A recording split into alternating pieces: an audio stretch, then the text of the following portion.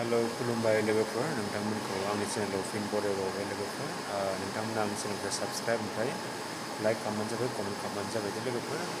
ओमफ्राय दिनैनि टपिकआनो जाहैबाय लोगोफोर जोंनि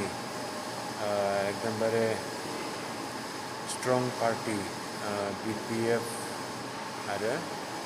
UPPL दोलोनि प्रमद बर' बिथां ओमफ्राय हाग्रामा सार बिथांमोनखौ आं खावलायो आरो न' जोंनि मानगोनां रन्जन दैमारि बिथांमोनजों लोगोसे गोबां NDP केडारफोर दंबावो जेलाव जोबनानै बिथांमोना थाबैनो उदां जानांगौ आरो मानो होनोबा बिथांमोना जेब्ला जोंनि UPPL जि सरकार दंमोन बिथांमोना जानुवारि 2020 सुक्ति जानाय बे सुक्ति जानायाव बिथांमोना सिगनेटरि हिसाबै लिरनाय दंमोन जे बिथांमोना जेब्ला BTR एकर्ड जादोंमोन बे टाइमाव बिथांमोना जेलनिफ्राय उदां जासिगोन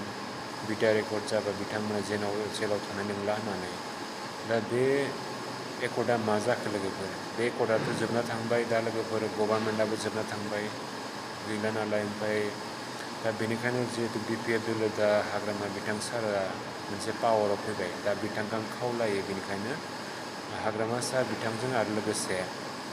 प्रमद बर' बिथांमोना मोनसे गोख्रों लिडार बिथांमोना सानैबो मोजाङै रायज्लायनानै ज' जालायनानै NDP केडारमोनखौ आरो लोगोसे गोबां केडारफोर थाफानाय जेलाव थानाय बिथांमोनखौ थाबैनो उदां खालामनांगौ बेनि थाखाय आङो गुरै खावलायनाय जाबाय ओमफ्राय आरो मोनसे बर' हारिखौ मोनसे गोख्रों जौगानो थाखाय आं बेखौनो खावलायो जे मोननै पार्टि दोलो थाबा नांलाय खमलाय जायो एना एनि जायो गावजों गाव जाबाय थायो बेनिखायनो आङो मोनसे पार्टिखौनो गोख्रों खालामनो थाखाय खावलायनाय थाबाय ओमफ्राय जिहेथु दानि जुगाव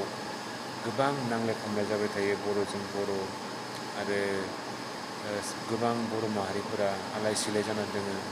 गोजान गोजान जायगायाव खामानि मावनो थाहैयो साख्रि गैया मा गैया बेफोरनि थाखाय लाइमोन सेंग्रा सिख्लाफ्रा आलाय सिलाय जाना दं बेनि थाखाय BTR बा BTC जि एरिया बड'लेण्ड एरियायाव मोनसे जौगानाय लाबोनांगौ जाहाथे बर' मानसिफोरा बिभिन्न जाथिफोर दं नालाय बर'फोरल' नङा